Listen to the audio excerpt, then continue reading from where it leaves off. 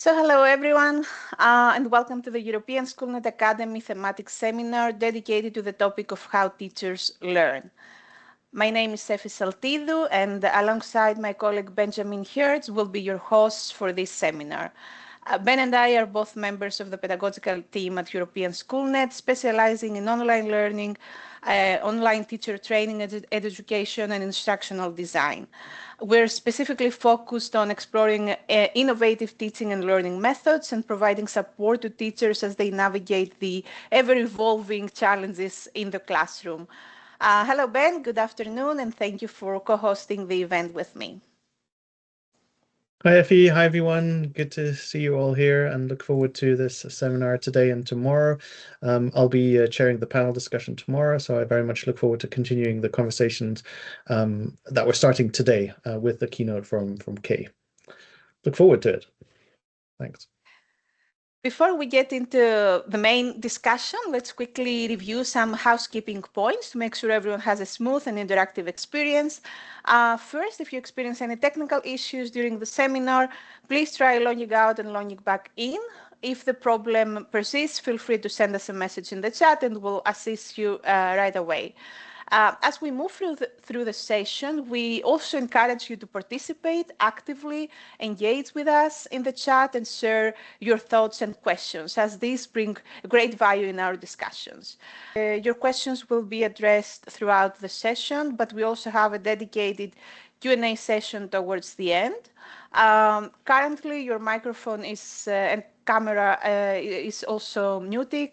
Try to ensure this smooth and uninterrupted flow, but we'll let you know when it's time to open up for more interactive engagement. And lastly, please remember that this webinar is being recorded, and by participating, you consent to the recording. Of course, we appreciate each one of you for joining us today, and I'm sure we'll have very useful exchanges by bringing your own insights to the discussions. So moving on to slide 4, this seminar, as you already know, consists of 2 live events. The first one is happening today and the second tomorrow. The seminar aims to explore how our beliefs, habits, and experiences shape the way we learn and grow, and how the science of teacher learning can be used to design effective professional development in practice. So the seminar aims to answer the following questions. What do teacher education and training practitioners need to know about how teachers learn? And what practical examples exist across Europe that have successfully somehow transferred knowledge about teacher learning and development into actionable teacher training programs? So these 2 questions are the main focus areas of today's and tomorrow's sessions of this seminar. To provide a bit of a context for this thematic seminar and the European Schoolnet Academy, the European Schoolnet Academy is a project or a platform that was launched back in 2014 and hosts massive open online courses for teachers, free of charge, and open for anyone interested. We've offered over 120 different MOOCs with around 2,100 enrollments. So it's been a very successful initiative and has become a core part of the European Schoolnet's infrastructure. European Schoolnet Academy is a successful initiative of our organization and has become a core part of European Schoolnet's infrastructure. As you may already know, European Schoolnet coordinates or participates as a partner in a number of different projects, and the European Schoolnet Academy provides a great opportunity to offer courses as part of those projects. Hopefully, many of you have already participated in this and gained valuable insights. Throughout these years, as teacher educators, we have been experimenting with and piloting various approaches and ideas aimed at facilitating, improving, and enriching the way teachers learn online, and how they can apply what they learn actually to their teaching context. And we also aim to support the network of ministries we engage with in our activities in this regard by sharing good practices that can benefit their own contexts. At some point, we realized the need to bring in new perspectives to the internal discussions we were having and to open up these topics to a wider audience of teacher educators who might face similar concerns or who may have already applied innovative practices so we can all learn from each other. This is how the idea of the thematic seminar was born 5 years ago as an annual event, each time focusing on different topic of interest. So last year, for instance, we focused on opportunities and challenges that artificial intelligence brings to the sphere of teacher education and training. In the past, other focus areas included peer assessment and whether it truly works, as well as blended learning in teacher education and training. And we also focused on the use of learning-generated data, learning analytics in teacher training activities. We aim to explore how these topics impact the area of teacher education and what this means for teacher educators themselves as they reflect on these topics in this context. Each thematic seminar is offered as a live recorded event, same way it's happening today, with presentations by experts and practitioners with experience in the field, followed by a report that provides an extensive overview of all the points discussed, allowing the opportunity to dive deeper into the topics that catch your attention at a later time. The main target audience for this thematic seminar is not the teachers themselves, but those who are in charge of administrating teacher training activities, those who are involved in or work in organizations who support that work with teachers. And these are people like ourselves, like Ben and me, who coordinate courses. A report based on this thematic seminar, sorry, wrong slide is here, will be coming up. It's not published yet, but the report will be coming up. This report will also hopefully allow you to further reflect and dive deeper into the points we will raise over these days. And it offers a summary of key points as well as questions that may facilitate your own reflection. We aim to keep this report practical and engaging by blending scientific findings with practical applications, inviting you to adapt them to your own context and practice. And of course, we would love to hear if we achieve these goals once you have read it. Keeping all this in mind, you might be wondering how we decided to focus on how teachers learn this year. As I mentioned already, the focus topics so far have been very specific and were chosen based on current trends and discussions.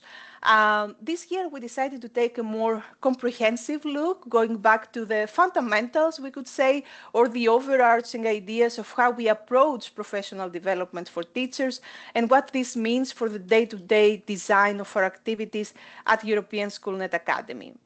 The decision was driven by the increasing need to better understand the processes and factors that influence teacher learning, especially as education continues to evolve in response to new challenges and opportunities, such as technological advancements and changing classroom dynamics.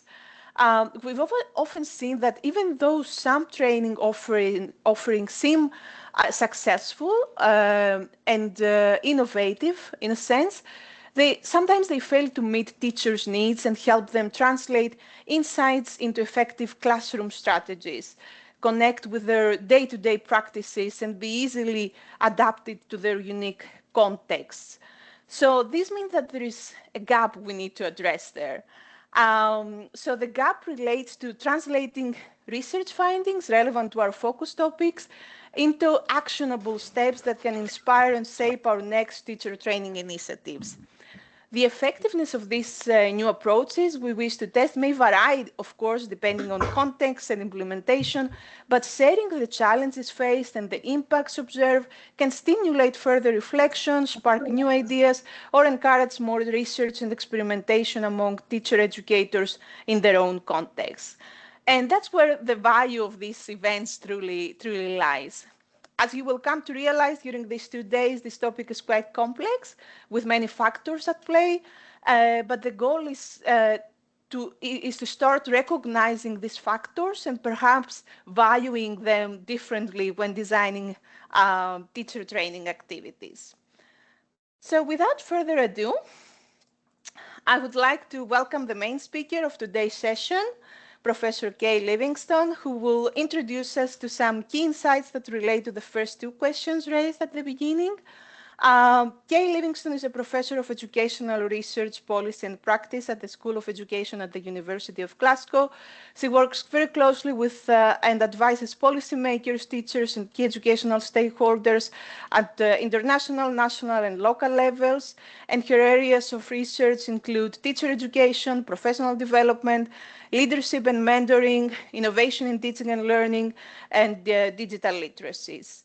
So, Kay, we're very glad to have you with us today. Thanks for joining us. The stage is yours. Thank you, Effie, for that introduction. And I'm just going to try and share my screen.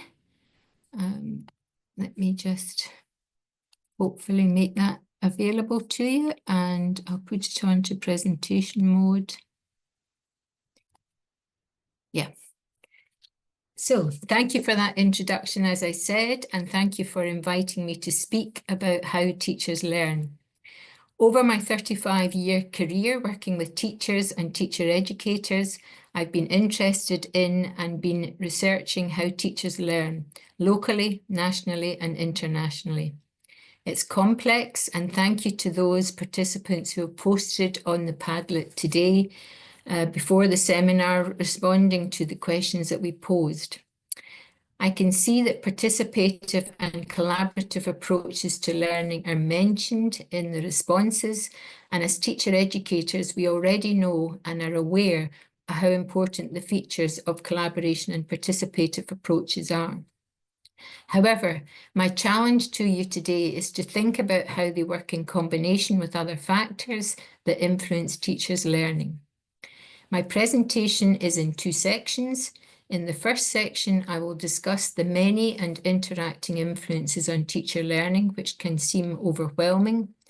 And in the second section, I will discuss features identified in research that have potential to contribute to teachers' professional learning, as well as ways to engage with teachers as individual learners.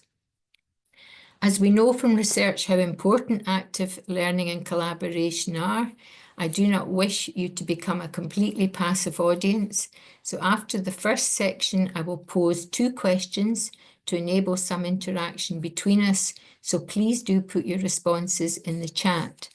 Similarly, in the second section, I will again pose a question to stimulate discussion.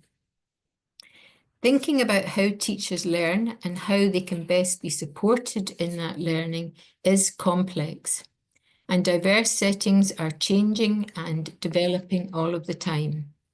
Internationally, it's been recognised that no matter how good initial teacher education is, it cannot provide teachers with the knowledge and skills they require for a lifetime in teaching. It's acknowledged that initial teacher education is only the start of the learning process, and it requires them to continually update and develop their skills and knowledge. This has changed previous notions of the concept of teacher education as something that takes place only at the start of teachers' careers. This new understanding of teachers as learners requires them to recognise themselves as learners, not only during their initial teacher education programme, but throughout their entire career. It also means that they have multiple identities of teacher educators that support professional learning in a wide range of contexts at different stages of a teacher's career. These need to be recognised. In this seminar, teacher educators are understood as all those who support teachers' learning in teacher education institutions, in schools, and in professional development centres and agencies. It should also be noted that while I accept there are differences in the learning of teachers at different stages in their career, in this short seminar, it's not possible for me to examine these specific differences in detail. Rather, a more general exploration is provided of how teachers learn and the influences on their learning. Despite the growing awareness of the need for career-long professional learning, questions still remain about how best to support it to meet the diverse learning needs of teachers. Over the last 30 years, a huge amount of research has investigated different aspects of teachers' professional development from various perspectives. Within the research literature, many possibilities regarding what is identified as professional development are suggested, which is indicative of a shift from the emphasis mainly on providing training which is delivered to teachers towards more varied opportunities and more participatory approaches involving teachers actively in their own professional learning. This broad characterization indicates that teachers' learning can occur in many different ways and in different contexts. There are also many different types of learning, and I draw on Mesereau here in order to give you some examples. It can be about learning about something, it can be learning how to do something, it can be learning what others expect of you as a teacher or as a person. It can be learning how to cope in relationships with others, with other teachers, with school leaders, with parents, with your own students, and anticipating their reactions. It can be learning how to develop as a person and as a teacher and upholding certain values. If we think about different types of learning, let me give you an example. If we have a new screen fitted in our classrooms, teachers are expected to learn about the technical functions, how to switch it on, what functions it actually has, how they upload the material that they want to use. This type of technical learning is quite different from learning how to make changes to the pedagogical approaches to utilize the device with their students in a way that improves their learning and is in line with the expectations of parents, school leaders, the students themselves, and local and national education systems. It may also require teachers to change the way they manage their classrooms, to manage classroom behaviour differently, to enable the students to interact appropriately with the smart screen, and to sustain their motivation to learn. There are also many theories to assist us in understanding the complexity of learning. Darlene Hammond and her colleagues encourage teacher educators to take advantage of the growing knowledge about the science of learning. And to give you some examples, some researchers may draw on one theory to investigate a particular aspect of teachers' learning. For example, from a cognitive perspective, focusing on learning that takes place when an individual is mentally stimulated in some way. Or they may take a look at learning from a social perspective, focusing on the context of learning and learning with and from others. Or they may focus on a motivational perspective, focusing on why a person may or may not wish to learn. And there are many other ways that they look at different aspects. And what is pointed out in the quote I've drawn from here is that different theories can assist us in understanding and developing different types of learning and different approaches, and they really help us to understand these different forms of learning and the appropriateness of different theories to help us. The argument is to fully understand learning, one must realise that a particular theory may provide a good explanation of learning in one situation, but a poor explanation of learning in a different situation. And the smart screen is an example of this. There is technical issues to do with learning, cognitive issues to do with learning, but there are also social aspects to that learning within the classroom and pedagogical principles to think about, and may require us to use different theories. Hence, other researchers may take a more holistic approach to learning and utilise many different theories, a multi-theory approach to understand learning. They emphasise the interactions between cognitive, emotional and social, that a holistic approach is needed, and argue that a holistic approach is needed to understand how teachers learn and the many influences and relationships that impact on their learning processes.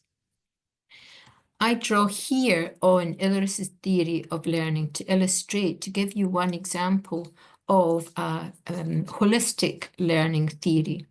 And his argument is that an adequate learning theory must consider the human being as a whole, both the rational and the subject matter content, the incentive and the emotional sides, and not least is all of the interactions between them. And the three dimensions, the three interacting dimensions that he identifies include the acquisition of content dimension, and that's about what is being learned, for example, knowledge, skills, opinions. It can also be to do with meanings, understanding different meanings, values, and behaviors. And he sees this primarily as a cognitive process. But this interacts with also the incentive to learn dimension, which is about motivations, emotions, feelings, and interests. This is the emotional processes. And again, this can interact with the environmental dimension, the influences of the immediate learning situation, and more general cultural and social conditions.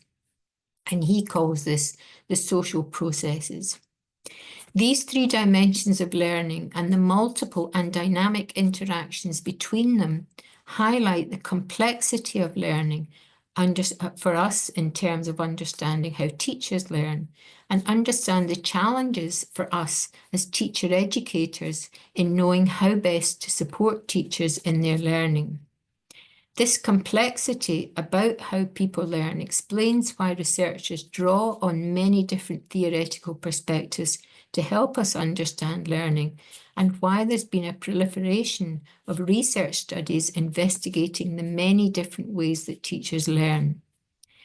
The different ways that these influencing factors interact is particularly challenging for us to understand, and also how they indicate that we have to understand teachers as individual learners. Teachers bring different knowledge, experience, values, and beliefs to the learning, to their own learning and teaching approaches, and they work in very different local and school contexts. How one teacher learns is unlikely to be the same as the other. The individuality of every teacher and the many interacting factors that influence their learning in different combinations of ways at different times in a wide variety of contexts needs to be understood. And to give us an example of that, we just need to think about ourselves today. You as participants all come from very different contexts. We've got different countries represented in the participants today, and you bring different knowledges, you bring different experiences. Some of you will be experienced teacher educators, some not so experienced. You'll have different motivations and interests in being here. And so there are differences. We have to think of teachers as individuals. Teacher educators are also individuals. There is a significant amount of research about the influencing factors of the personal characteristics, and in particular, there's been significant research into teachers' beliefs, and teachers' beliefs about how learning occurs can impact on their own learning and on their beliefs about how students learn. And again, to give you an example of this, teachers can hold beliefs about what knowledge is necessary and important for their students to learn, which can result in them being selective in what subject content they prioritize and emphasize with their students.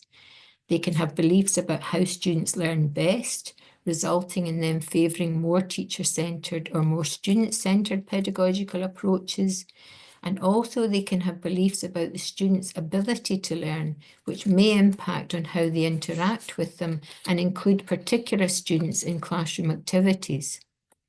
These beliefs in different combinations may influence teachers' own motivations and attitudes towards their own learning to greater or lesser extents at different times and circumstances.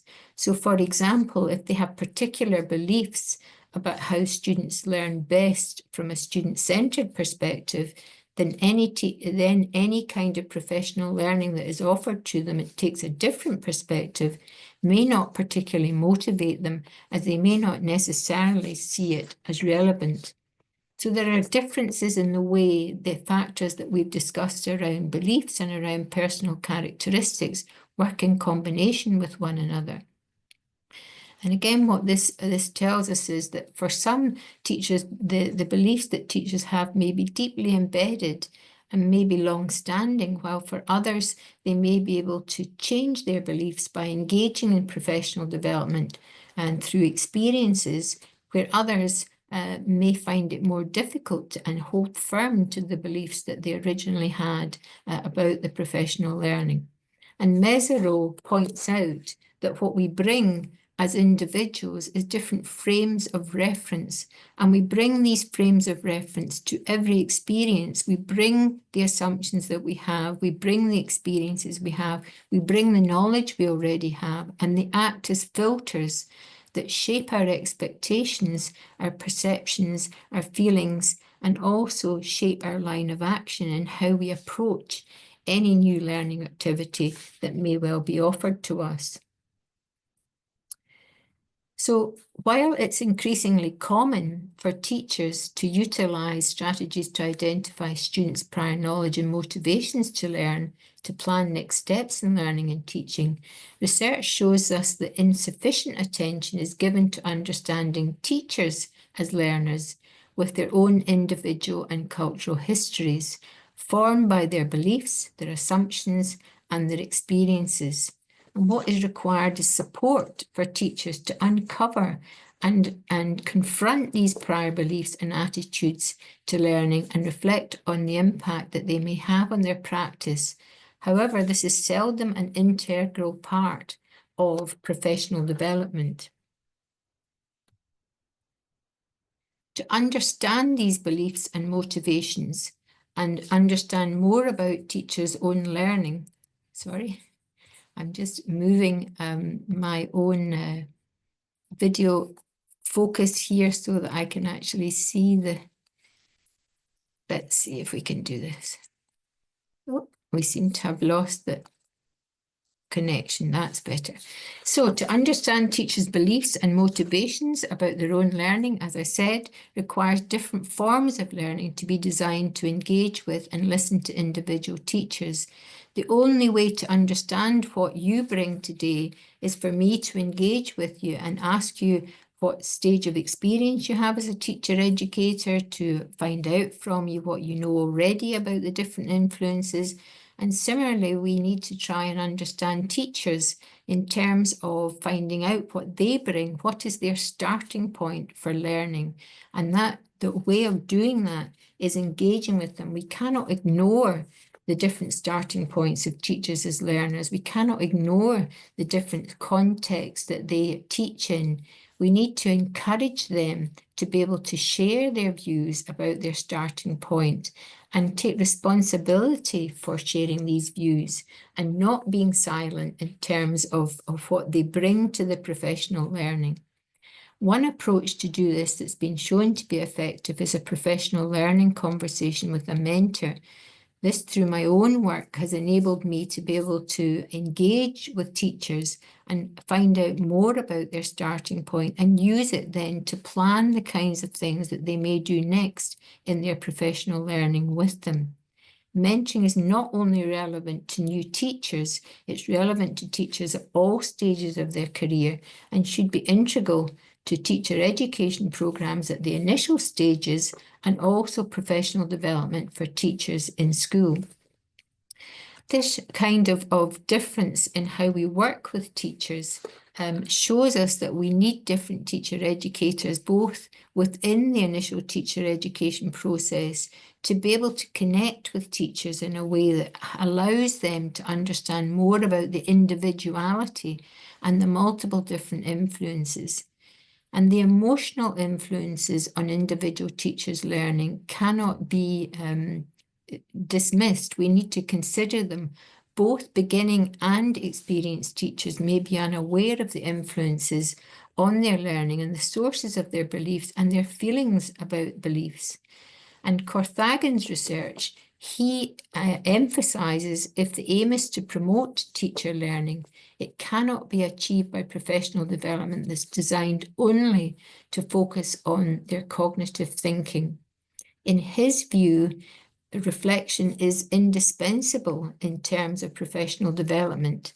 And for him, the reflection process shouldn't only be about rational aspects. So, for example, if we have a professional learning opportunity that is about subject content knowledge, we must also think about the emotional and the motivational aspects of how teachers will engage in that in the classroom when they go back to working with their students. To give you some examples, Carthagen designed a 5-phased model to help teachers in their reflection. So often teachers find it very difficult to reflect, and reflection becomes a very superficial process, and often teachers see it as something that is not particularly meaningful or worthwhile in their professional development. So models for particularly structuring the kinds of ways that we go about reflection have been researched and arising and identified ways to try and work with teachers to support them in reflecting on their own starting points, but also being able to reflect constantly and engaging in ongoing reflection in the classroom to understand their own learning. So, as I say, Carthagen offers us one 5-phase model, and he argues that should not only consider the cognitive side, but the emotional side all the way through. There are other frameworks. There's a framework for reflective practice identified there. There's the possibilities of individual or group reflection of evidence-based teaching portfolios. And also there's reflection through e-portfolios that I know we'll hear more about tomorrow. To think then about the extent to which teacher educators and teachers are confident and comfortable in sharing their beliefs, in sharing their feelings and motivations, also depends on the context they find themselves in. This relates back both to Illyris's motivational, intentional dimension, and also to the environmental dimension and how they interact with one another.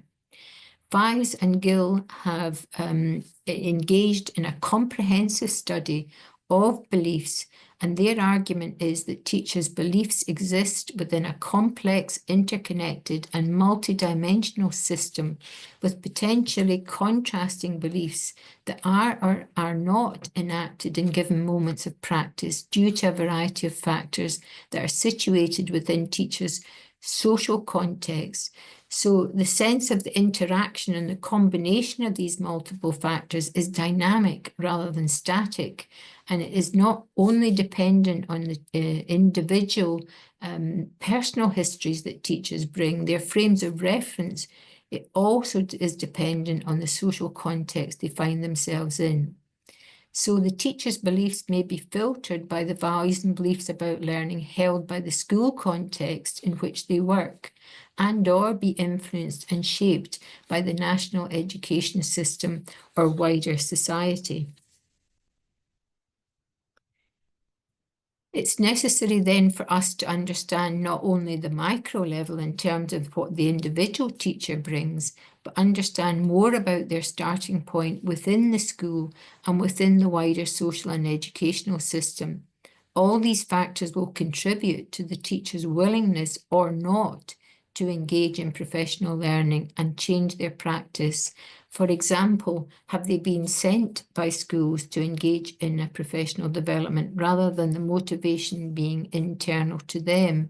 Is it about a change in the national system, and so there is a requirement for them to attend the particular professional learning?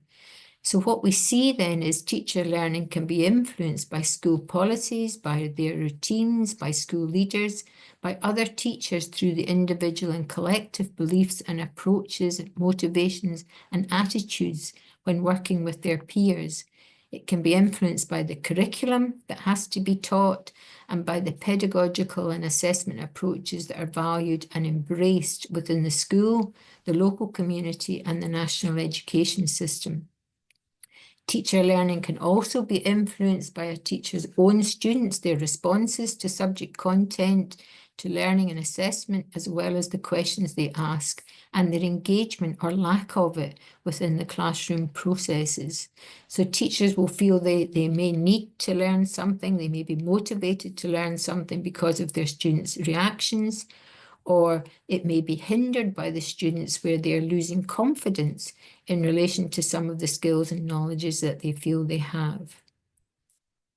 So in summary then, teachers as adult learners bring beliefs about their own and their own students' learning to any professional development activity, but it's not only their beliefs in the moment that influence how teachers learn, their past experiences themselves as learners, as well as their motivations to learn, the purpose of their learning, and what they are learning and who they are learning with, all have a significant influence that needs to be understood by teacher educators if our aim is to support teachers in their individual professional development and learning.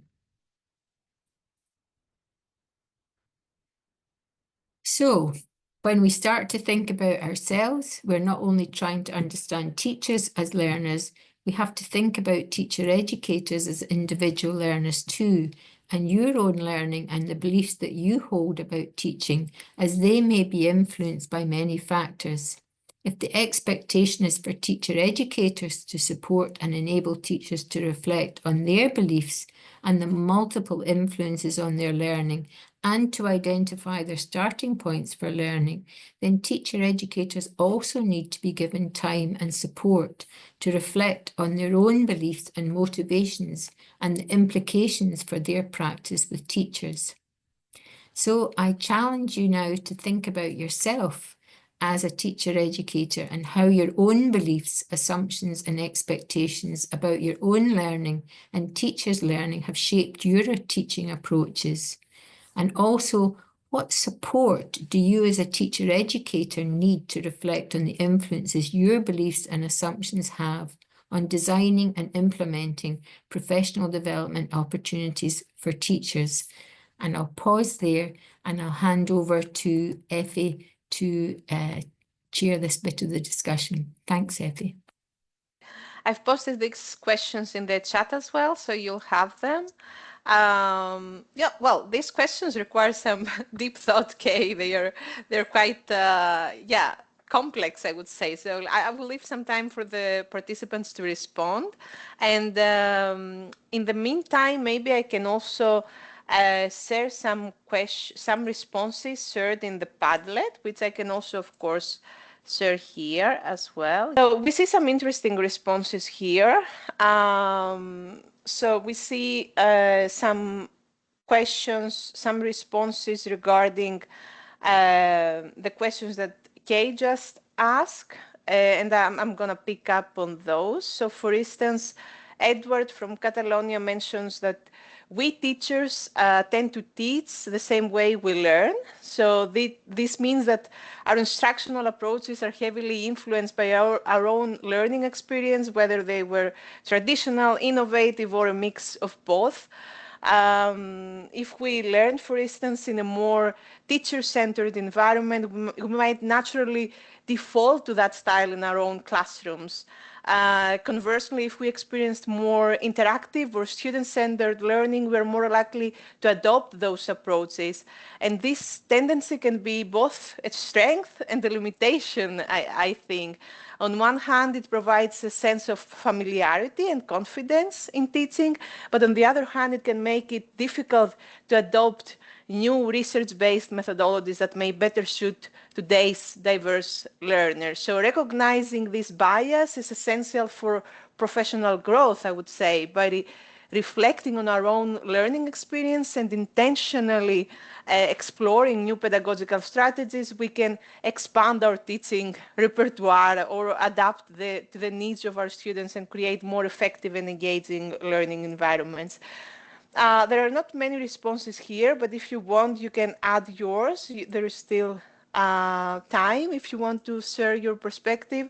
I will also focus on this comment from Mirko that says that he learns best when he feels that he is actively involved in the learning process, when he has the opportunity to experiment and explore new ideas, and when he's faced with meaningful challenges that push him to think critically and problem solve. Also, people highlighted, I see the comment of Isabel here, the value of peer-to-peer exchanges, emphasizing how sharing experiences, insights, and best practices with colleagues fosters this collaborative learning environment. And these interactions provide opportunities for mutual support, for fresh perspectives, and the co-construction of knowledge, ultimately enhancing both personal and professional growth. Thank you, Effie. And in this second section, this time we're focusing on the features concerning those that contribute to professional learning. And many research studies have suggested features that appear to contribute to supporting teacher professional learning, and there are some examples from research there. I'm going to focus in particularly on Desdemona's identified 5 features, one being the content focus, which can be subject content knowledge. For example, the notion of active learning and engaging in professional learning, collaborative approaches, working collectively with peers and with, for example, communities of practice, networks, various different examples that we can give, the coherence and relevance to the classroom situation, and also the duration in relation to the amount of time to engage in professional learning. The other research that I want to draw on is Darling Hammond and colleagues, 2017, and she identified similar features to Desdemona, and she added 3 additional features, and these are about using models or the modelling effect of practice, being able to observe and engage in discussion with teachers who are other teachers who are modelling particular ways of working that are relevant to the teacher engaging in professional learning.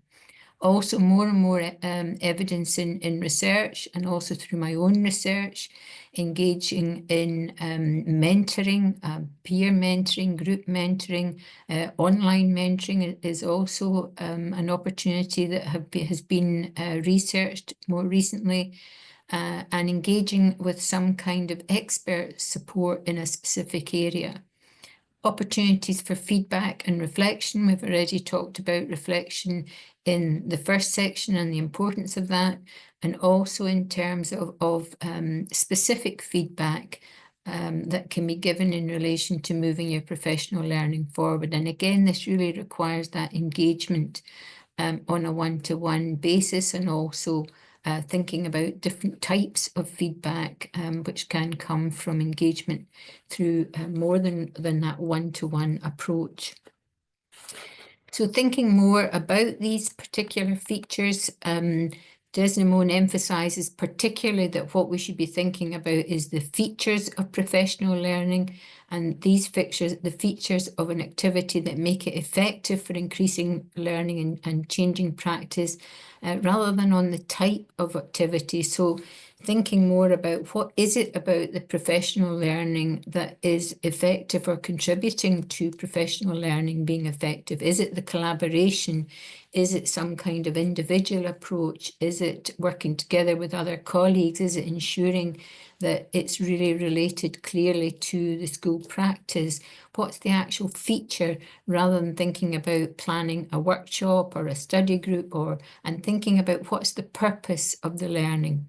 So the features that indicate professional development opportunities then, argued by Desdemona, is that developing specific content, such as subject content knowledge, combined with knowledge about learning and about the learners. So bringing together, as Shulman says, that sense of pedagogical content knowledge along with its specific subject content knowledge to improve and expand learning and teaching. The second aspect that is really emphasised in research is about engaging teachers actively in their own learning, encouraging them to have agency, and I'll come back to talk about that particularly more in the second meeting that we have tomorrow, and taking ownership and responsibility for their own learning. So that active involvement, and remember we talked about the importance of teachers being supported in taking responsibility for sharing more information about the starting point for their learning, and then taking responsibility and ongoing responsibility for their professional learning, rather than necessarily waiting for it to be done to them.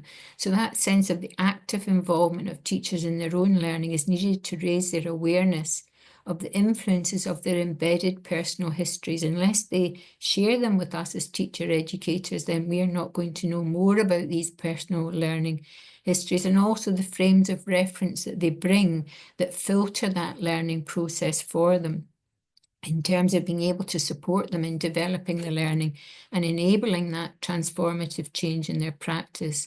And also the social nature of learning, drawing on sociocultural theories, is viewed as fundamental in terms of focusing on teachers' learning in collaboration with and from others. And there are plenty of examples in research that can help us to draw specifically on aspects that engage in that social learning.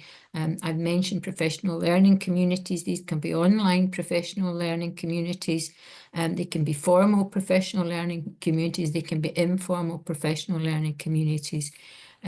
Opportunities for lesson study, that's more participation in terms of practitioner research, or engaging in short research possibilities, investigating specific aspects together in groups of teachers, and also various online networks that are available now to engage with others.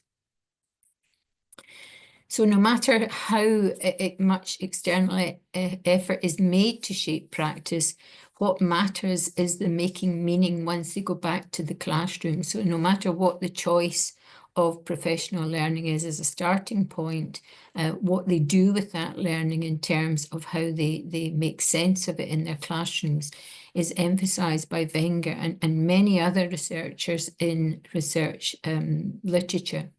So it really brings home this situated view of learning, where learning relates more directly to the context of teachers' lived experiences and work environment, and it offers a response to the criticisms of professional development that teachers perceive as not being relevant to their own practice. So we know from researchers and also from practitioners themselves, and particularly from policymakers, that the outcomes of professional development are not always deemed to be successful. Often the success is measured by, has there been improvement in student learning? And that relationship between engaging in professional learning as teachers, and then actually does it make a difference to student learning? And research has shown even when there are short-term successes identified, often those aren't sustained in terms of being able to lead to changes in practice. So at the end of a professional learning opportunity, if we as teacher educators ask them to evaluate that particular activity, they may be very positive about it. But the point then is, does it impact on student learning? Does it actually change the teacher's practice? So despite research identifying the list of features that can contribute to effective professional learning, such as those by Desdemona and Darling Hammond and colleagues, there is critique of the features by a number of researchers. And just focusing in on Upper and Peder in particular, they question why some research studies report teachers attending professional development activities and opportunities based on the characteristics, on these features that are identified, yet learning doesn't change. They also question why some research studies report some teachers learn and change via activities that don't have the identified features of effectiveness. And on the other hand, Asterhan and Leifstein in their research say, well, it's hardly surprising that that's the case, and because of the individuality and that interaction and that combination, some will respond in certain ways and some teachers won't. And they argue strongly it's unrealistic to expect to find a one-size-fits-all answer to the question of what professional development approach is more or less effective, because in their view, it depends very much on the individual circumstances and all of these interacting factors that I talked about in the first section. So learning isn't static, and these multiple influences impact on teacher professional learning just demonstrates very clearly that not every form of professional development is relevant or helpful to all teachers. They could be relevant to some on a particular day, but not necessarily relevant to other teachers. So without us as teacher educators understanding more about how teachers learn and this dynamic nature of the influences on their learning, professional development could result in little to no benefit to teachers, as argued by Kennedy in her research. How a teacher learns in one circumstance on a particular day, individually or collectively, will not necessarily be the same in different circumstances or on a different day.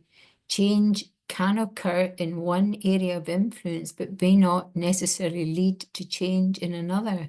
That is, teachers may change their beliefs, but not their practices.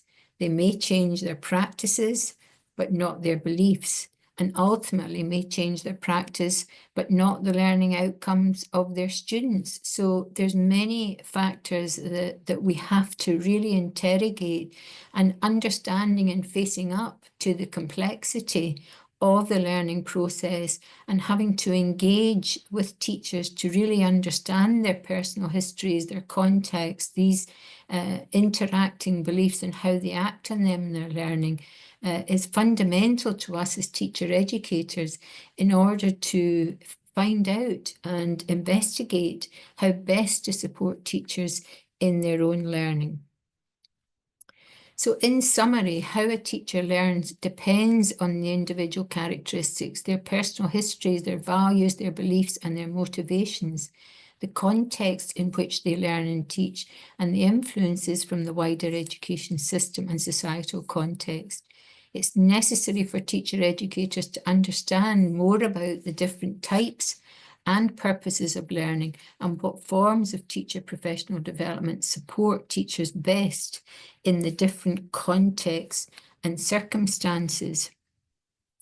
To help us, I want to really pick out some of these aspects that can be helpful to us in terms of thinking where we go next in trying to understand teachers' learning. What we know is, and we know from research, we know from practice, that there are multiple opportunities for teachers to learn, and they can learn through a variety of different activities and approaches. However, what we see in research that the features identified provide a frame for us, even though they are critiqued, they provide a frame for discussion with teachers, with other teacher educators about what features have been helpful in shaping teachers' learning, and then design and align teacher learning opportunities to meet the particular learning purpose that's relevant to the teacher. Fundamental for us is understanding the starting point to try and understand more and be responsive to the individual teacher's learning and understand the conditions, the context, the intentions that impact on teachers' learning within a school community and within a social system. Research shows for professional learning to be meaningful and to have an impact on changing teachers' practice and ultimately on student learning.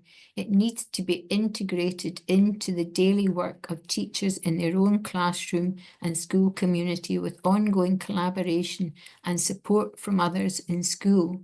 That could be school leaders, it could be teachers, it could be students, it could be parents. That interaction to give support to the teacher in engaging in their professional learning. I want to draw particularly on some of Helen Timperley's work, and what we see is her argument is for substantive learning to occur, time to learn and change is needed. And again, this goes back to understanding the individuality of teachers. Some teachers take longer to be able to translate, to transfer initial professional learning into changing their practice in the classroom. Too often what we see is that teachers engage in interesting and informing professional development opportunities organised either outside or inside school and are motivated to try and implement these new ideas in the classroom. But what they find is that there are other pressures of teaching or assessment that really prevent them from doing so. And even when new ideas and approaches are discussed in school, there may not be sufficient time to enable them to take the next step in implementation or implementing it in any sustainable way that changes their practice beyond a one-off try of something new. What is clear is how teachers learn needs to be considered beyond that first step of acquiring new knowledge or skills, that first catalyst or motivation for learning, which can be an internal motivation where the teacher themselves are interested in engaging in that learning, or it could be external where it's the school that has sent them on a professional learning activity or arranged one in school, or something that is a national catalyst for their own learning. However, telling teachers about a curriculum or assessment reforms or about new pedagogical approaches or new technological innovations is not enough to realise change to their practice. What Helen Timperley argues is that this regular ongoing support and challenge in regards to their practice in the application of professional learning in school is necessary to enable teachers to translate any new learning into practice by trying it out, by amending it, by reflecting on it when they try it out with their students, trying to make it relevant to what they're doing in their own classroom and their day-to-day work. This particular model has been adapted from Helen Timperley et al. And her colleagues in 2007, and also from some of my own work looking at the individuality of teachers' learning in 2014. It indicates that the identification of professional learning needs at the start of the process is where our starting point is, but recognising it only as a starting point. Teachers then have to make sense of any new learning that they acquire and understand its purpose and its relevance and how it might be applied in their own classrooms with their own students. They have to believe, or at least to come to believe, that the change will have a positive impact on their own teaching and on their students' learning. To do this, teachers require dedicated time and support to think, to plan, experiment and implement. And Helen Timperley talks about both support and challenge in relation to teachers' learning. And that needs supportive in-school learning environments to enable them to do that. They are central to enabling teachers' ongoing professional learning in order to realise those changes, time to reflect, time to engage in professional dialogue, opportunities to review what they've tried out, to see if it's working, and then perhaps to make amendments. So it's an ongoing dynamic cycle of trying to make sense of that new learning with their own students.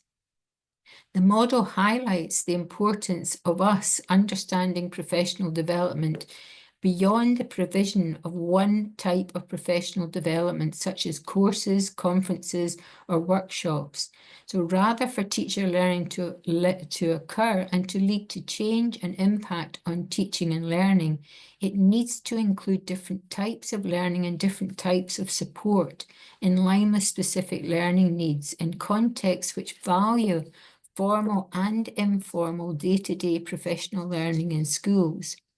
However, to provide professional learning opportunities that are more closely tailored to individual teachers' learning needs and contexts in which they work requires teacher educators with different knowledges. So the starting point and the original catalyst and the new learning may be supported by a teacher education externally or organising something in school, whereas the next stage of trying to make meaning may be supported by observing other teachers, by peer-to-peer discussions, by a lesson study, through some kind of professional learning community. But it's understanding that there are different types of professional learning may be required at different stages of the learning processes. So a better understanding of who takes up the role of teacher educator and of the knowledge, skills and expertise that teacher educators offer in different locations is required.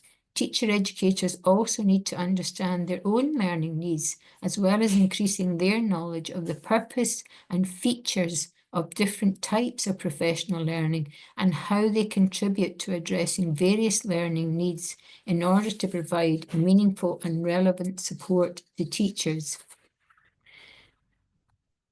So, while each of these features identified in research studies for design and implementation of effective professional development may be important in their own right, how they combine and interact with each other to provide effective opportunities for individual teacher learning in particular circumstances and in diverse contexts needs to be considered.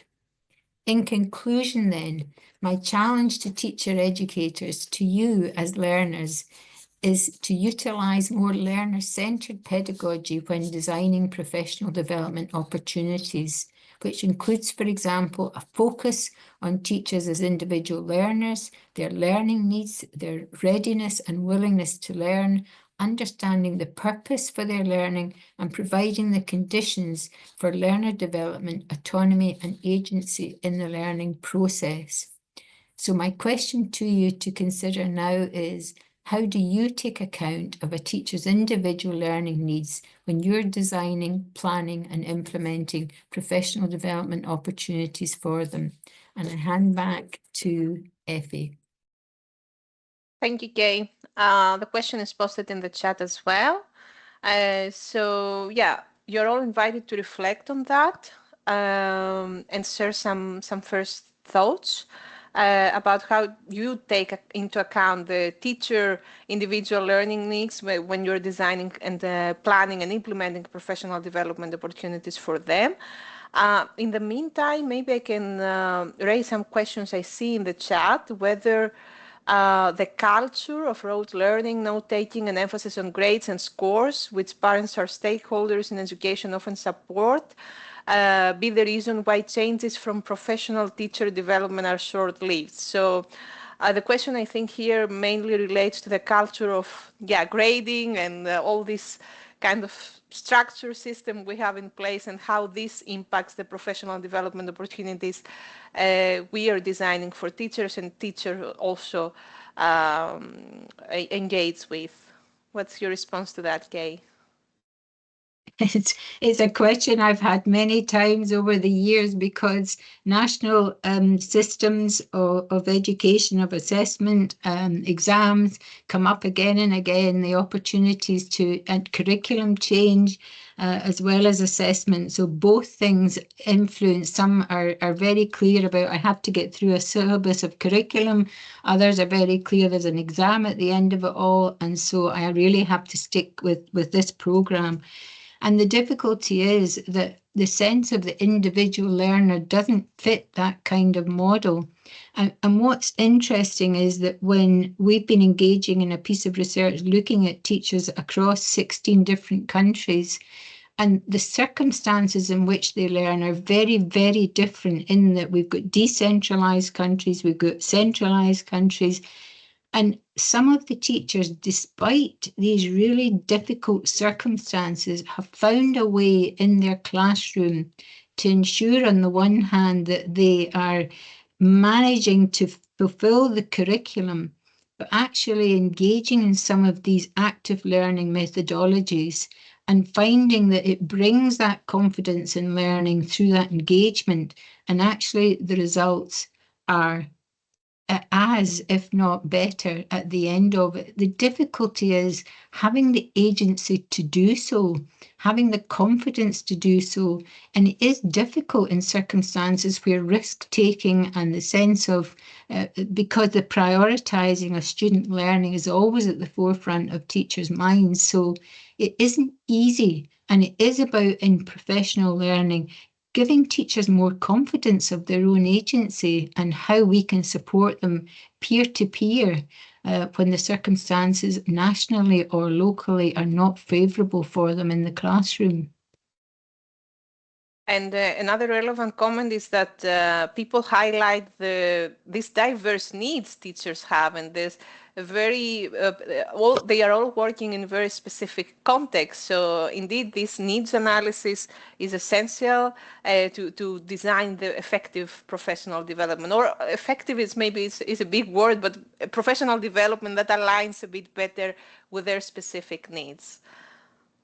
Yeah, if you think about it, we are asking teachers now to really engage in diversification in their own teaching. The students that we have in our classrooms have multiple learning needs. And so we're asking teachers to think about group work, to think about diversifying the curriculum, to think about providing differing levels of knowledge and acquisition of knowledge in different ways for different ability groups. We are expecting now more and more that our teachers are capable of differentiation for their students. We as teacher educators have to take responsibility also for thinking differently about the teachers that we engage with and thinking, how can we offer the professional learning through differentiated approaches? And it is that starting point of engaging with them and understanding their prior knowledge, which again is an expectation we have to a much larger extent of our teachers. So how do we as teacher educators understand better the prior knowledge of the teachers we work with? And how do we differentiate and are much more clear about the different forms of possibility of professional learning to align with teachers? Yes, Ben, do you want to add something here? Yeah, if I may, just from the experience of the European School Night Academy in response to that question, I think given that we offer MOOCs for teachers, I mean the idea of taking into account the individual needs of the teachers is very difficult, but it's not impossible, I would say. And some sort of small things we've tried to do in the past or continue to do is, for example, to run these pre-course surveys where we try to understand a bit better the audience that is being engaged in this MOOC. And we don't usually have the time and resource to then still adjust the actual content of the MOOC to that audience. But in the moderation activities, in the moderation exercise, some of those elements can be taken into account. It's of course quite limited, but it is something at least. And then the other, and I think even more important part of how we try to do this on the EUN Academy, on the European School Academy, is really by making sure that we bring teachers together and through the conversations that the teachers have together, and ideally through the conversations that teachers with similar profiles, similar backgrounds, similar contexts have with each other, that taking into account the individual needs of the teachers comes out to the fore. And there was a colleague here in the chat who mentioned this initiative that we ran, and we're still running on some of our MOOCs, this idea of school-based study groups, and I think that is also I think a very powerful mechanism, especially if you offer MOOCs for teachers or online courses for teachers, to contextualize the learning of the teachers, to embed the learning of the teachers in the context that they're in, and thereby taking into account the individual learning needs. It's all, of course, far from being perfect, and reaching these kind of ideal ways that Kay has outlined. It's not as powerful as the kind of mentoring that would be offered there. But it's sometimes very difficult to scale mentoring, for example, and the scalability of the MOOC is one of the key advantages of this format. And by adding these kind of elements into the MOOC design, we can try to address and some of those elements mentioned by Kay. It's taken a long time, Ben, for the differentiated approach to grow in teachers' repertoire. And I think that it is about starting points for us as teacher educators. It is facing up to this complexity and understanding that for professional learning, professional development to be successful, we really do have to think much more about the individual characteristics of teachers and the context, individual context in which they work, in order for it to become relevant to them. We haven't spoken much about technology today because we will be talking about it tomorrow, and there is no doubt that the online possibilities offer really different ways of trying to understand teachers as individuals and provide more tailored support for them.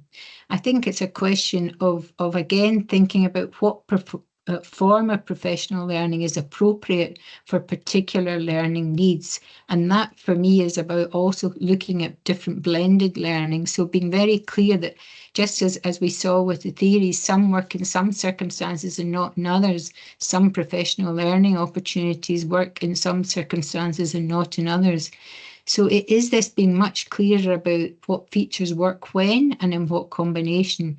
And technology can certainly help in some circumstances, and providing online mentoring as well, which we can talk about more tomorrow. For sure. So we have a bit less than 10 minutes to wrap up for today. So I will let you continue, Kay, with any last points you want to make before we close. Well, only to say about the report, because there will be a report with much more of the detail, and obviously all the references that I mentioned today will be there. There are also suggestions in the report in relation to teachers enabling and supporting teacher learning, just summarising some of the suggestions, and also suggestions about developing teacher education and teacher educator learning. So all I would suggest at this point is we hope you'll come along to the session tomorrow. The panel will be focusing much more in on practical solutions, and we'll hear from other colleagues who have been using technology and researching in technology, and they'll give a specific outline. And I'll be able to also say a bit more about mentoring and engaging with learners too. That's right. So we will be waiting to see you again tomorrow, same time, same link. Tomorrow we will dive deep a bit deeper on the practical implementation of all these points that Kay raised today. So yeah, we're looking forward to welcoming you again tomorrow. If you have any last questions before we close, please feel free to share them here. Now, Ben, if you have any last comment or something that you would like to say for tomorrow as well. No, not really. Just to reiterate again, I look forward to the conversation. We will be joined by three researchers / teacher educators who will report from their own experiences of quite practical implementations of some of the things that have been mentioned by Kay, and we hope to engage in to continue the discussion that has been started with you. I think, there's some really interesting and relevant comments in the chat, and I've seen that there's also more contributions on the Padlet. So please also continue to adding your comments there on the Padlet, and we will try to pick up some of those points coming up in the more. And of course, you will also have the opportunity to come with questions and comments yourself in that panel. I think maybe as a sort of closing word, at least from my side, I can say I've learned a lot from what Kay has brought here today. It's at the same time very overwhelming. There is so much that we need to take into account there as teacher educators, and it is so complex that it's sometimes difficult to know where to start. And I think, well, actually talking about it in the way that we have started here today in this session is a good start. And there isn't enough support, and there isn't enough opportunities for reflection for people like ourselves. I would say there's a lot of focus on, if I take the example of AI, on how to use AI in the school, in the classroom for teachers, but there's less conversation, there's less support for teacher trainers, teacher educators on what that means in the training of teachers, in teacher learning. And I think that's really where we hope that the thematic seminars like the one today and like the ones we've done in the past can really provide a space for joint reflection with colleagues. We're all colleagues here, we're all engaged in teacher education and training, and glad to see that conversation continuing also tomorrow, of course. Excellent. So we renew our rendezvous for tomorrow. Thank you all for joining. Thank you all for your questions and your comments. And of course, a big thanks to Kay for this very interesting presentation and this very interesting input. And we continue the discussion tomorrow. Thank you for joining and have a lovely evening. Thank you very much. Thanks all, bye.